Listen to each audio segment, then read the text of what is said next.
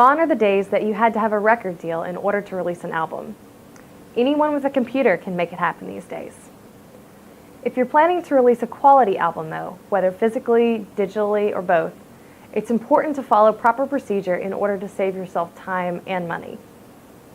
Studio time is expensive, so before you ever step foot in a studio to record, there are several steps you should take to ensure the most efficient and feasible use of your studio time. One of the first steps is to determine your track list.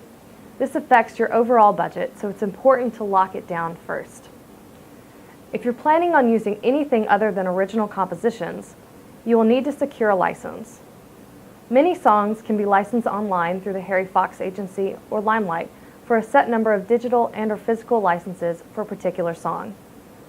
Due to multiple authors, you may not be able to license the entire composition through these agencies, but you can typically find any additional licensing contact information through the agency.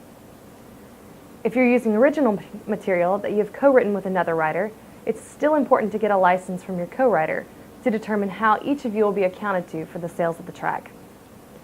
An entertainment attorney can draft a simple license agreement for the purpose of the album, as well as assist you with securing any additional licenses or sample clearances. Next, and most importantly, is your budget.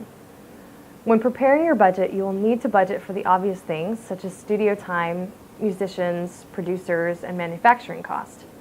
But don't overlook other important costs, such as license fees, album artwork, and attorney's fees.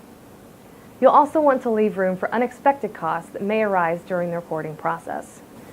Once you have a good idea of your budget, you can then find a studio that fits your needs.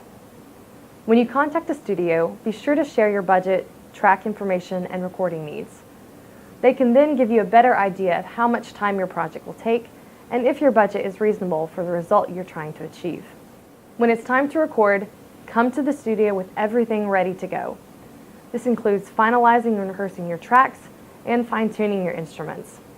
The studio is not the place to make a lot of changes, so it's important that you have a solid vision for your project before you begin.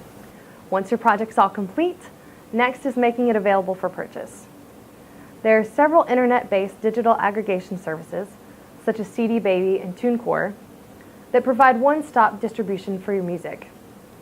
Typically, for a one-time setup fee, these sites will submit your album to multiple digital distributors, such as iTunes and Amazon, where it can then be purchased by the general public. After that initial setup fee, they will typically take an administrative fee for each sale you make and report the earnings to you.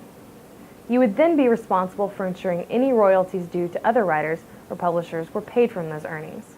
Recording an album should be a fun and exciting process. Don't let poor planning and preparation ruin the experience.